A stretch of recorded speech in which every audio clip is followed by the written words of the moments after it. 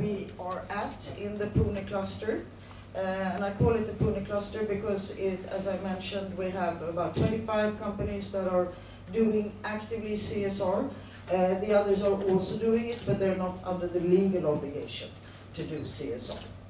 So we did a study during the summer, and we got a number of ideas approaching the different companies, and some of them are present here. Let me introduce IKEA, Per Örnvall.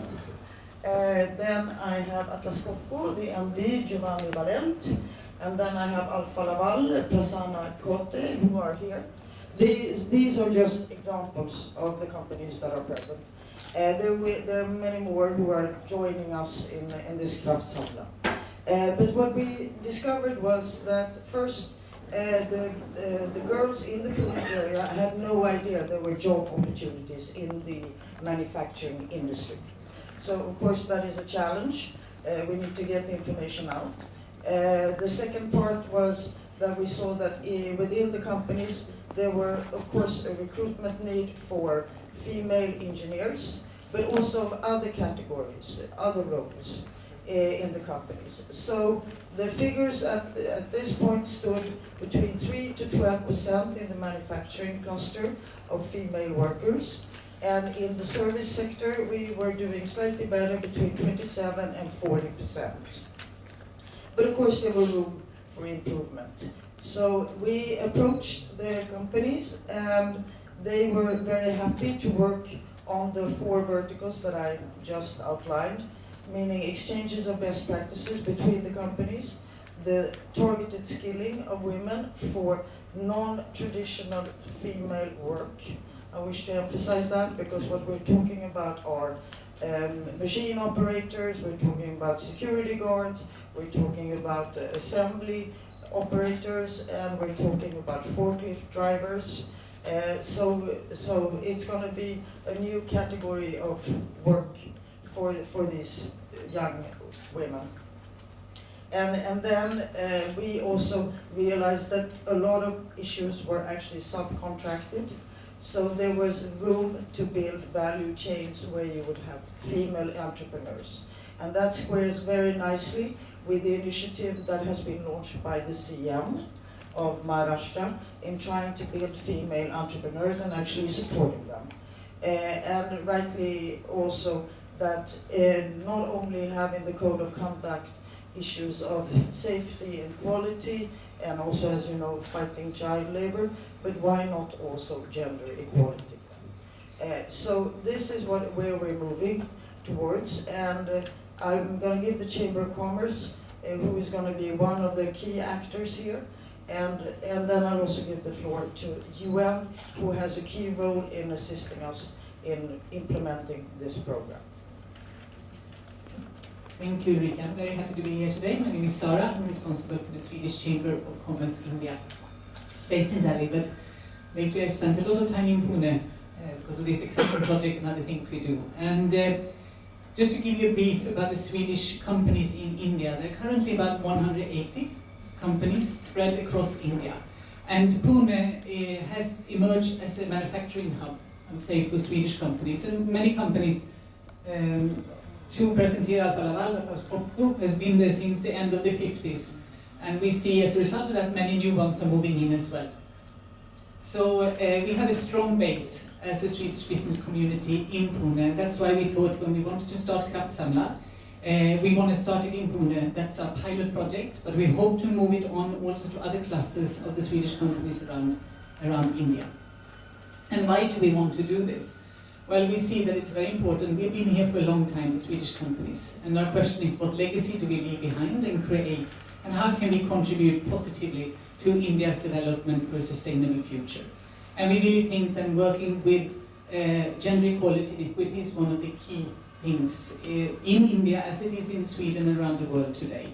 And we are very excited about this project. It's the first time we come together as companies from different backgrounds, so both manufacturing companies, retail companies, service companies, to work together on these questions. And we think that's one of the key things actually, because you learn so much between the sectors. And in service and IT and so forth, you have much more women already today. and in manufacturing you have very few. So how can we challenge one another in that? So to take this project on, we cannot do it ourselves. We do it together as companies, we do it with the chamber, and of course with the Consulate General. But we are very happy that the Maharastra government will join us in this, and also the Pune government, and UNDP. And UNDP has, we're partnering up with a project they're running called Disha, which is a project that actually IKEA Foundation has been initiating together. And I will not speak so much about that, I'll leave that to IKEA to speak about later. But we are very happy to be here today, and we know that we've taken on a work that is long-term, and our commitment is long-term. So we look forward to see how this develops, where we hope to say how can we transform or impact ecosystems around us where we are. And right now, that is Pune. I also want to add that we have a very compelling economic argument for the gender equality, because we figured out that the GDP of India could actually increase with 60% if you increase just with 50% and got a real gender equal labor force. So we also feel that it's not just an issue of rights, but it's also an issue of, there's an economic argument for this. I will give the floor to UNDP just to explain how Disha works, and then we'll open up also for the companies to say a couple of words on why they have joined us on this journey of Kraftsamla. Okay, as Ulrika has mentioned, UNDP's aims together with our partner here is just to increase the ratio of women's laborers in the workforce. And for that, UNDP, through so-called the Disha project, funded by the IKEA partner, is our main role is to mobilize, to consult, and to register and try to post placements the women in the late workforce. Per, maybe you can tell us a little bit more about it. Yes. It is a privilege to have the opportunity to address this together with the General Council of Sweden, UNDP, and also colleagues in the Swedish Business Society. We have, together with UNDP, in an earlier stage, launched the Disha program in the state of Telangana, and specifically in Hyderabad, where we are to open up our first store. Very successfully, we invited 107 women from underprivileged groups, and we arranged a skill building program where they, during 50 days, has a chance to develop basic skills in language, but also in this case, retail skills, where they now are about to graduate, and they will join the workforce as strong, independent women. And we see that as a very strong driving force for us as a company, but also for the Indian society as such. So I'd like to thank you for the work that we have done together that day. Thank you very much. And as I said, now we're about to launch the first skilling exercise, and we are targeting 110 women. So we are starting off with forklift drivers, with warehousing, and assembly operators. And that's phase number one. And then, of course, we have phase number two, where we're going to look at security guards, electricians, machine operators, and we go along according to the needs that are identified by the cluster of companies. And of course, we're hoping to join hands with the bigger manufacturing cluster in Pune as we go along. So can I invite Atlas Copco to maybe add a couple of words why you're joining us on this journey? Thank you very much. Good morning, everybody. Atlas Copco, Alfa Laval, Sandvik are three companies that are in Pune. Actually, we're the first company coming in India. And we are there since 6 years. So we have had time to learn India, to know India, to appreciate India. And unfortunately, our percentage of women, it's only 14%. So we have been doing a lot of efforts in 50 years, but still the number of women it's very, very low. So I would like to thank the Consul of Sweden, Sarah, to bring up this project because it's very important for us. The women normally in our company are in HR. We have a lot of engineering.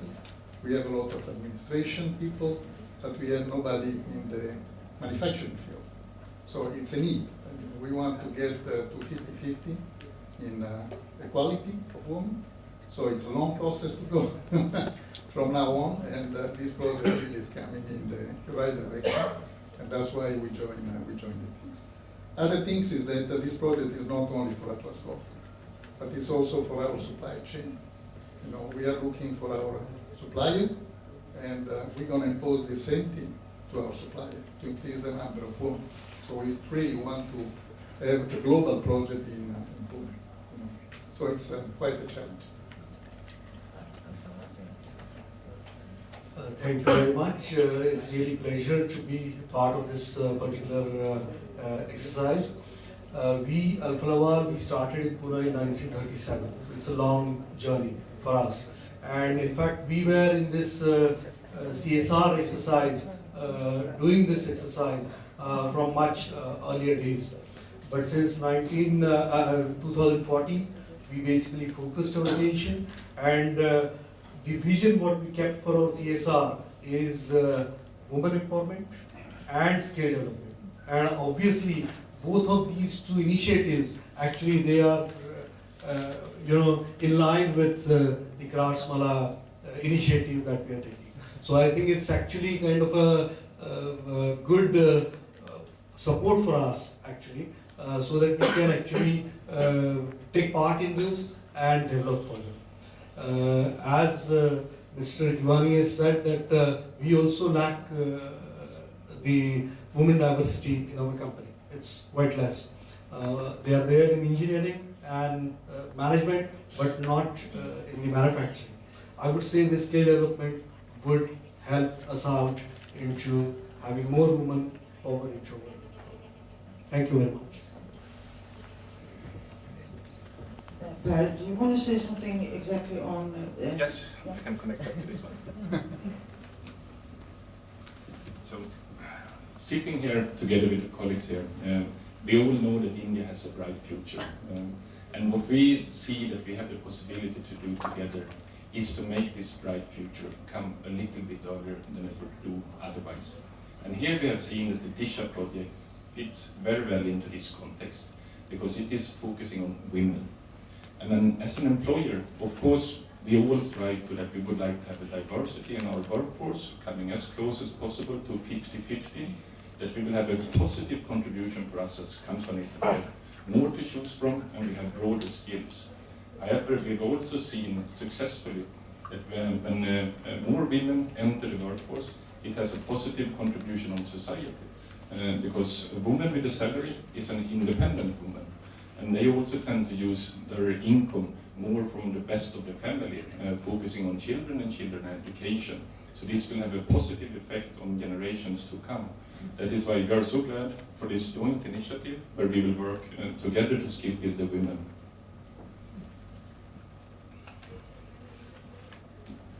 I'm just going to add one thing.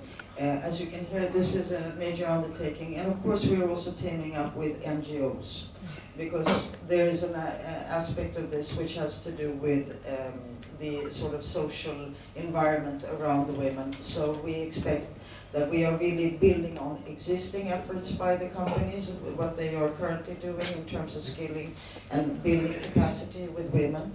And then we're adding this vocational training aspect to it, which of course will include also soft skills. So that's English, that is literacy, that's digital literacy, that is timekeeping, teamwork, and then of course the actual targeted skilling.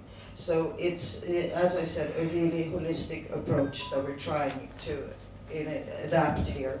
And we're very happy to team up also with Pimpin Chinchivat, because that's the home for most of the Swedish companies in Pune for the time being, even though some are moving to Shatan. But of course, that's where we have seen that we have the critical mass of companies to really move an ecosystem. I will give the final words to the Minister for Skills Development, if you would care to say something also. I welcome you all from the state of Maharastra. No. The state where the maximum foreign investment has come in is the state of Maharastra. More than 50% the investment what came into the country is in the state of Maharashtra. And the reason for that, I may say, is the best skilled workforce what we have, that is in the state of Maharashtra.